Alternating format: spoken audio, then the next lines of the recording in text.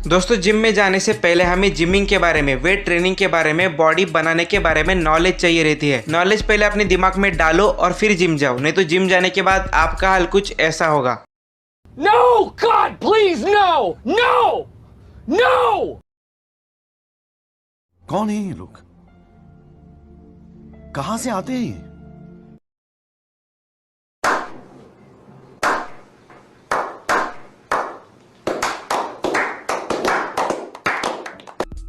Okay, तो अगर आपने अभी अभी जिम ज्वाइन किया है या करने वाले हैं तो ये वीडियो आपको पूरा देखना चाहिए, क्योंकि आज के वीडियो में मैं आपको टॉप 5 पॉइंट्स बताऊंगा। इन्हें अगर आप फॉलो कर लेते हैं तो आपकी जो पूरी जिमिंग की जर्नी है वो काफी आसान हो जाएगी। तो बिल्कुल भी टाइम को वेस्ट नहीं करते हैं, सीधे बढ़ते हैं टिप्स की तरफ। पॉइंट नंबर 1 है रेजिस्टेंस ट्रेनिंग। इस ट्रेनिंग को हम वेट ट्रेनिंग भी कह सकते हैं। दोस्तों अगर आपको बॉडी बनानी है तो आपको रेजिस्टेंस ट्रेनिंग करनी ही पड़ेगी, क्योंकि रेजिस्टेंस ट्रेनिंग एक ऐसी प्रकार की कसरत है जहाँ पे आप अपने मसल्स पर, अपने बॉडी पर थोड़ा सा लोड डालते हैं। अब ये लोड आप कैसे डालोगे? ये लोड आप डाल सकते हैं डंबल्स उठा के, फ्री बॉडी एक्सरसाइज करके या फिर योगा करके। इस प्रकार से जब आप लोड उठाओगे तो हमारी जो बॉडी की मसल्स है वो उस लोड को उठाने के लिए अपनी पूरी पावर लगाने लगती है। अब वो लोड उठा के आपके मसल्स के एकदम सेल्यूलर लेवल पे, माइक्रो लेवल पे माइक्रो टीयर्स आ जाते हैं, यानी कि आपके मसल्स थोड़े थोड़े फट जाते हैं अंदर से, एकदम से छोटे छोटे टीयर्स आ जाते हैं आपके मसल्स में। और जब आपका वर्कआउट खत्म हो जाता है तो आपके जो मसल्स है वो उन माइक्रो टीयर्स को रिपेयर करने लगता है, ताकि जब भी अगली बार आपको इससे भी ज्यादा वेट उठाना पड़े तो वो वेट आप आसानी से उठा पाओ। और इसी पूरे प्रोसेस को हम कहते हैं हाइपरट्रॉफी। हाइपरट्रॉफी का मतलब मसल का साइज इंक्रीज होना, आपके बॉडी का साइज बढ़ना। इसलिए अगर आपको अपने मसल्स का साइज बढ़ाना है तो आपको रेजिस्टेंस ट्रेनिंग करनी ही पड़ेगी। यही एक प्रॉपर साइंस होता है बॉडी बनाने का। पॉइंट नंबर 2 है इंक्रीज योर प्रोटीन कंजप्शन। दोस्तों आपने अभी बॉडी बनाने का साइंस तो समझ लिया, लेकिन आपने प्रोटीन नहीं खाया ना तो आपकी बॉडी कभी भी नहीं बनने वाली। प्रोटीन मतलब क्या? प्रोटीन मतलब प्रोटीन पाउडर नहीं, सप्लीमेंट्स नहीं, मैं यहाँ पे बात कर रहा हूँ आम प्रोटीन सोर्सेस की। आम प्रोटीन सोर्सेस कौन से है? नॉन वेज, दही, स्प्राउट्स, मिल्क, सोया, दाल, ये सारे फूड आपको खाने ही है। जब भी आप खाने के लिए बैठो तो आपके सामने कोई ना कोई प्रोटीन सोर्स होना ही चाहिए। हर मील में आपको थोड़ा सा प्रोटीन तो खाना ही चाहिए। अगर आप एक नॉन वेजिटेरियन है तो आपके लिए तो कोई टेंशन नहीं है, क्योंकि नॉन वेज में तो बहुत सारा प्रोटीन होता है। लेकिन अगर आप एक प्योर वेजिटेरियन है तो आपके लिए प्रोटीन को मैनेज करना थोड़ा सा मुश्किल है। इसीलिए अगर आप खरीद सकते हैं तो आप एक रॉ वे प्रोटीन खरीद लीजिए। यहाँ पे एक बात मैं आपको बता दूं कि वे प्रोटीन दूध से बनता है। जब हमारे घर में कभी भी दूध फटता है तो उसमें से जो व्हाइट वाला पार्ट बचता है उससे बनता है पनीर, और जो हल्का वाला ग्रीन पार्ट बचता है उससे बनता है वे प्रोटीन। इसीलिए प्रोटीन से डरिए मत। अपने पेरेंट्स को ये वीडियो दिखाइए या खुद उन्हें कन्विंस कीजिए और एक अच्छा सा प्रोटीन खरीद लीजिए। प्रोटीन से भरे फूड खाने की वजह से जब हमारे मसल्स में माइक्रो टीयर्स आते हैं तो उन्हें वो रिपेयर करता है, जिसकी वजह से हमारे मसल्स जल्दी रिकवर होते हैं और हमारा मसल गेन होने लगता है। पॉइंट नंबर 3 है give more focus on compound exercises. दोस्तों यहाँ पे 2 टाइप्स की एक्सरसाइजेस होती है। पहली है आइसोलेशन एक्सरसाइज और दूसरी है कंपाउंड एक्सरसाइज। आइसोलेशन एक्सरसाइजेस वो एक्सरसाइजेस होती है जिनमें हमारा एक ही मसल और एक ही जॉइंट ट्रेन होता है, जैसे कि हमारा बाइसेप कर्ल हो गया, लैटरल रेजेस हो गया, ट्राइसेप किकबैक्स हो गया। ये सारे आइसोलेशन एक्सरसाइजेस है। इन एक्सरसाइजेस को अगर आप देखोगे तो देखिए इनमें सिर्फ कोई एक ही जॉइंट मूव हो रहा है। इन एक्सरसाइजेस को करके आप धीरे धीरे प्रोग्रेसिव ओवरलोड भी करने लगोगे, धीरे धीरे मसल गेन भी करने लगोगे,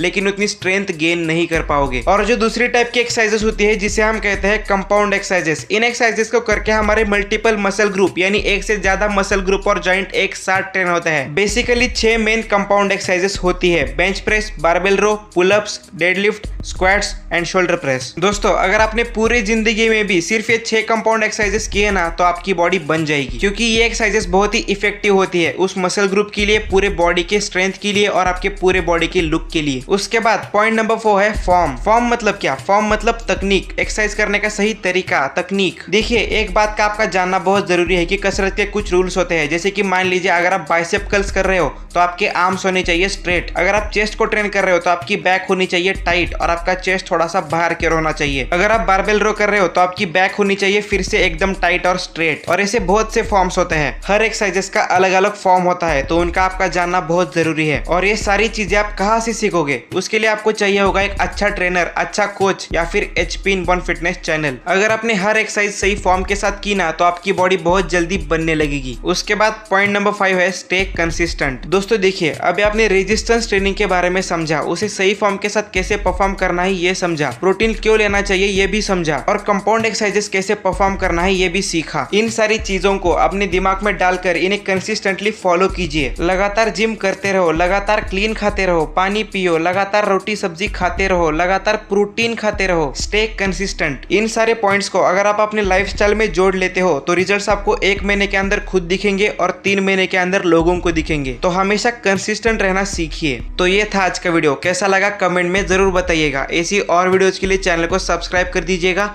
और वीडियो को लाइक एंड शेयर भी जरूर कर दीजिएगा। मिलते हैं अगली वीडियो में। Welcome to HP in 1 Fitness and thank you so much for watching.